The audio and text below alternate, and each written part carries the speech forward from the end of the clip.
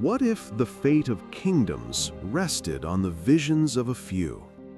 In the vast tapestry of Middle-earth, prophecy weaves its dangerous thread, one that can bend the course of history itself. From the dark whispers of the Palantíri to the radiant foresight of the Elves, join us as we uncover the power of Seers and the chilling consequences their revelations left upon the world.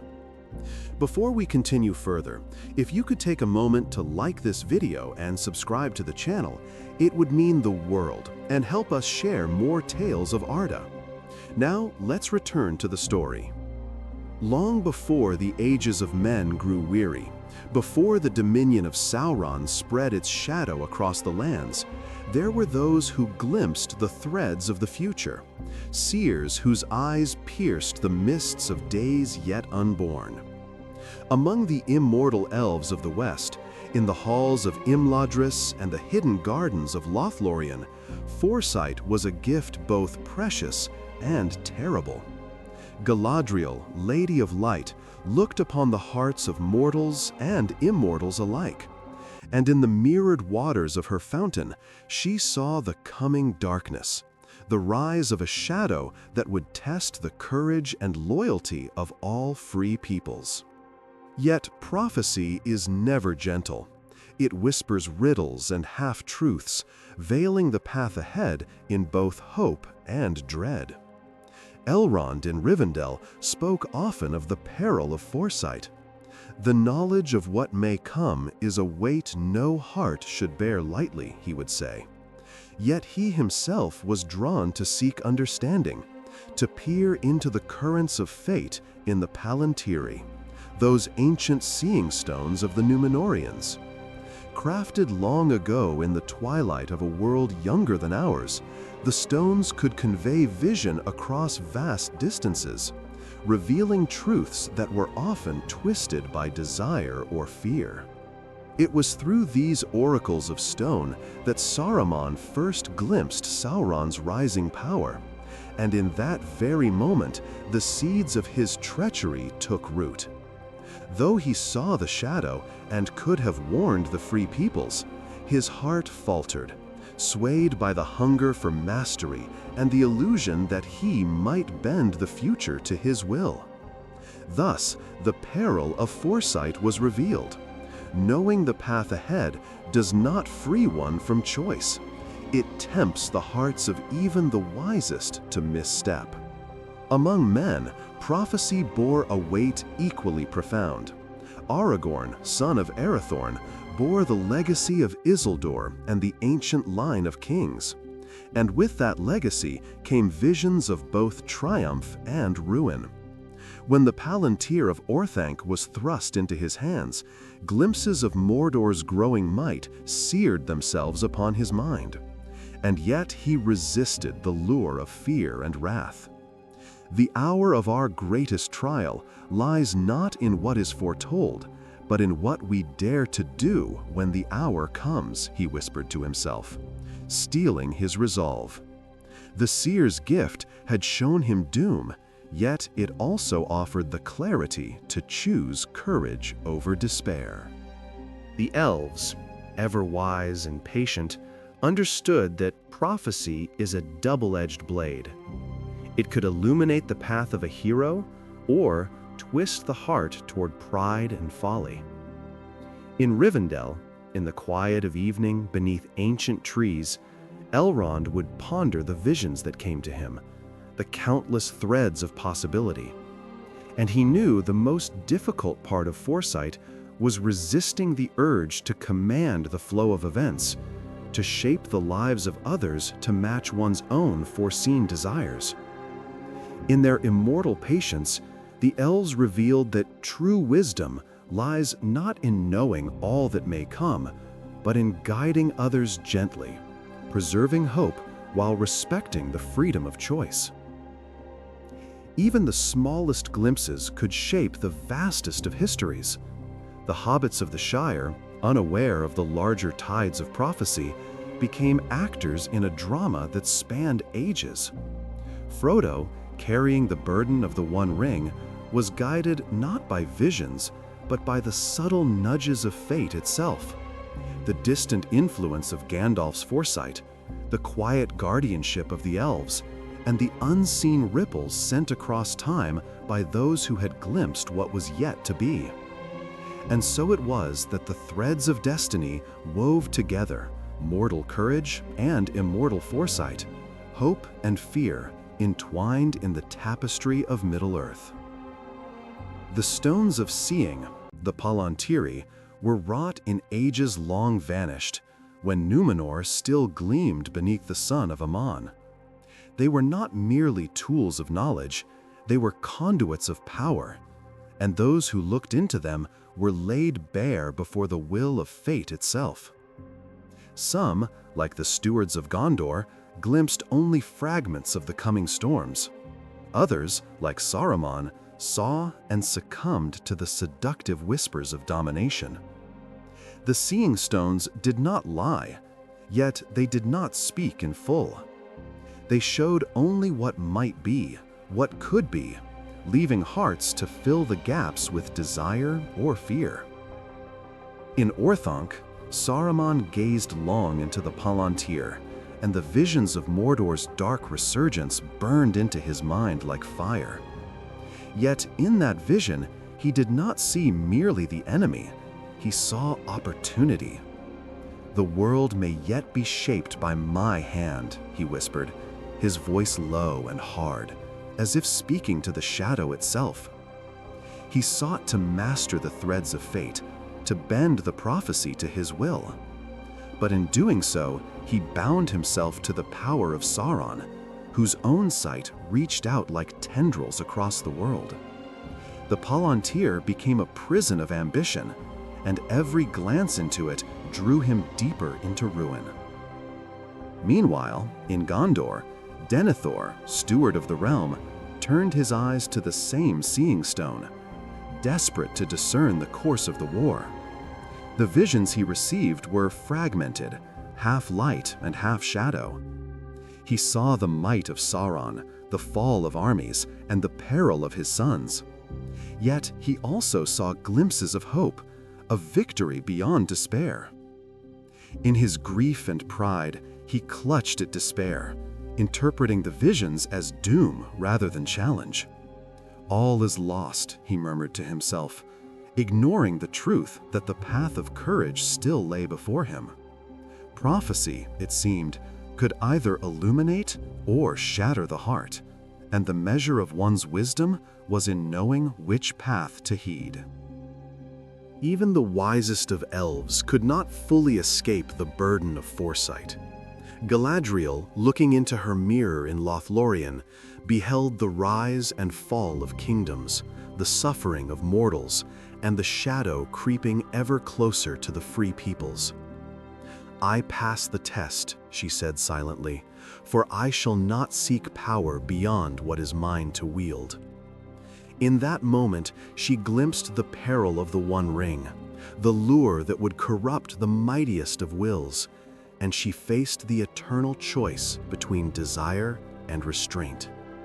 Her vision did not command her action, it revealed the consequences, and she chose humility and vigilance. Among men, prophecy took subtler forms, woven in dreams and portents rather than stones. Aragorn, heir of Isildur, was haunted by memories not his own and the weight of what he might become. He dreamt of Mordor's vast armies, of the despair of Gondor, and of a shadow that threatened to devour hope itself. Yet, unlike Saruman or Denethor, he did not seek to dominate fate. He listened to the counsel of the wise, trusted in the courage of those around him, and stepped forward into peril with unwavering resolve. In his journey, the tension between destiny and choice was made manifest. The visions had shown him the danger, but it was his deeds, not his foreknowledge, that would shape the outcome. Even in the quiet corners of Middle-earth, where no great armies marched and no mighty lords ruled, prophecy had its sway. Hobbits felt its touch in subtle ways, an unexpected meeting on a road, a letter delivered at the precise moment, a song recalling an ancient warning. Frodo, Sam, Merry, and Pippin were drawn into events far larger than themselves, guided by the distant vision of those who could see beyond the present. Each step they took, each choice made, resonated with the echoes of foreseen peril and potential triumph. The threads of destiny, while visible to the seers, required courage and wisdom to navigate. Thus, the world of Middle-earth was shaped not by certainty, but by the delicate interplay of vision and action, of foreknowledge and free will. The seers glimpsed the strands of fate, yet it was the hearts of men, elves, and even hobbits that determined how those threads would intertwine. The future was never fixed, and prophecy, for all its power, was only as potent as those who chose to act upon it with wisdom, humility, and courage. The weight of prophecy bore most heavily in the last days of the Third Age, when the world seemed poised upon the knife edge of ruin. For though foresight might kindle hope, it could also devour the soul when twisted by despair. Denethor, steward of Gondor, sat in the high chamber of Minas Tirith, his eyes hollow, his hands clutching the staff of office that felt more like a burden than a scepter. In secret, he had dared to gaze long into the Palantíri of his city, seeking counsel in the storm. What he saw was fire and ruin, fleets of black sails upon the Anduin, the towers of Minas Tirith shrouded in shadow, and the unyielding gaze of the Dark Lord himself. Yet Denethor failed to perceive what lay beyond that dread vision, the flame of resistance, the courage of the West, the hope borne by unlikely hands. To him, the prophecy was doom-sealed and unalterable. "Why do the wise speak of hope?" he muttered bitterly to himself. "I have seen what awaits us. The fate of men is death, and Gondor shall burn." His despair led him to the brink of madness, and in his pride, he sought to end his line rather than endure what seemed inevitable. Thus did foresight, corrupted by fear, drive him to folly, a warning to all who would trust visions above the freedom of choice. In Rohan, prophecy rang with another tone, the sound of horns blowing across the fields of grass, heralding both doom and deliverance. Long had the Rohirrim been haunted by songs foretelling their final ride, the last charge of their people against impossible odds. When Theoden King prepared his riders for battle upon the Pelennor fields, he spoke not as one resigned to despair, but as one who accepted the words of prophecy with honor. "Forth, and fear no darkness," he cried, his voice like thunder beneath the storm. For he understood what Denethor did not, that prophecy might foretell the end of days, but it could also reveal the chance to make that end a glory rather than a ruin. Meanwhile, far to the north, Aragorn's confrontation with the Palantír marked a turning point in the war. When he seized the stone and dared to wrest it from Sauron's gaze, he beheld not only the might of Mordor, but the reflection of his own destiny, the line of kings restored, the white tree blossoming anew, the throne of Gondor reclaimed. Yet even this vision, heavy with meaning, was no command. Aragorn could have faltered, could have turned aside from the peril that lay before him. But in that moment, he chose to claim his heritage, to stand firm against the eye, and to wield foresight as a weapon of courage, not fear. "I am Isildur's heir," he declared in silence, his will unbroken, "and the world shall know it."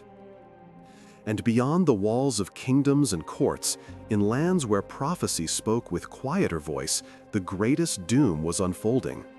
Frodo and Sam trod the desolate path to Mordor, bearing the burden no vision could fully unveil. Galadriel had shown Frodo a glimpse of the ruin that might come, Yet even she could not see clearly the final moment, when the ring would dangle over the abyss of fire. In that instant, prophecy was silent, and only the weakness and will of a single hobbit determined the fate of all. For prophecy can show what might be, but never what must be. It is in the heart's final choice that history is written. Thus, as the tide of war rose and fell, the people of Middle-earth found themselves at the intersection of fate and freedom. Saruman's ambition had been his undoing, Denethor's despair his ruin, Theoden's courage his redemption, and Aragorn's acceptance of destiny his triumph. Frodo's path, shrouded in mystery and shadow, proved above all that even the smallest hands could shape the end of the age. Prophecy in Middle-earth was never a chain, never an iron decree binding the will.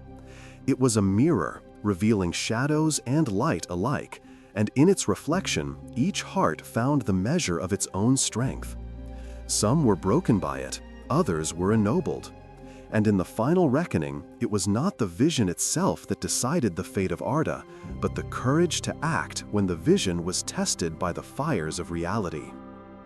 When the ring was unmade, and the fires of Orodruin at last consumed the dark heart of Sauron, the weight of prophecy seemed to lift from the world. Yet, in truth, its echo lingered in the hearts of those who had borne it. For the seers of Middle-earth knew well that the ending of one age was but the beginning of another, and the shadows of foresight never wholly vanished. In the White City, now crowned with banners of renewal, Aragorn ascended the throne as Elisar, the Elfstone. His coronation was more than ceremony. It was the fulfillment of countless visions, whispers of Numenor's ancient legacy, and the hope of elves and men alike. Mithrandir had spoken of this moment in veiled counsel. Elrond had foreseen it in dreams long past. And yet, none of their visions had guaranteed it. Aragorn had to walk the perilous path himself, to choose humility over pride, duty over fear. His reign was the living proof that prophecy, no matter how radiant, was but a lantern, not the road itself. For the elves, the fulfillment of prophecy bore a different tone, sorrow as much as hope.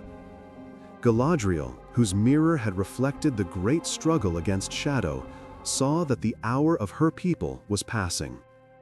The foresight of the Eldar had always told them this day would come, the fading of their power, the slow dimming of their light as the world of men rose to dominion.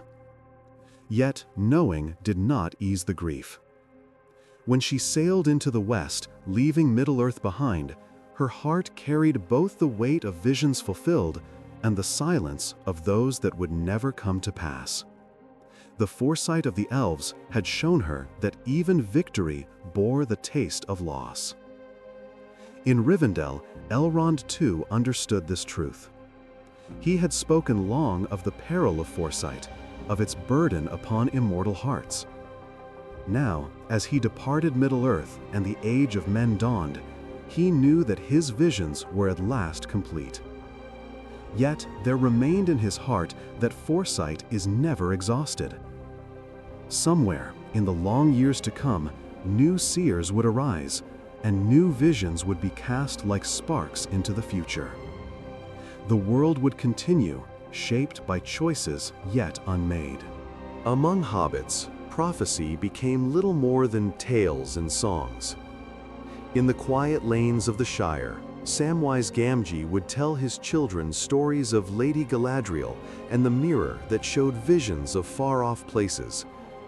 Yet he did not dwell on the burden of foresight. He spoke instead of courage, of friendship, of the power of small hands to alter great fates. For to the hobbits, the legacy of prophecy was not fear nor despair, but the reminder that even in the face of ominous visions, the choice to hold fast to goodness was always theirs. And so the world turned. The age of the elves waned. The age of men began. and the voices of prophecy grew quieter, less certain, as the light of Valinor withdrew from the mortal lands. Yet prophecy was never wholly silenced. In dreams, in songs, in the faint shimmer of stars above Gondor's towers, hints of what was yet to come lingered still. The Free Peoples had learned through bitter trial that prophecy was not a chain of iron, but a mirror of the soul. Those who looked into it found not destiny set in stone, but the measure of their own hearts revealed. Thus, the tale of foresight in Middle-earth endures, not as a story of inevitability, but as a lesson of freedom. For the future is shaped not by what is seen, but by the choices of those who walk bravely into the unknown. And in this, the power of prophecy lies not in commanding fate, but in teaching that hope, even fragile, can prevail.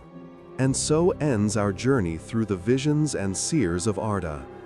Yet beyond this tale lie many others: the forging of the rings of power, the hidden realms of the Elves, the rise and fall of Numenor. If you wish to walk further in the shadow and the light of Middle-earth, join us for those stories, where fate and freedom weave ever onward.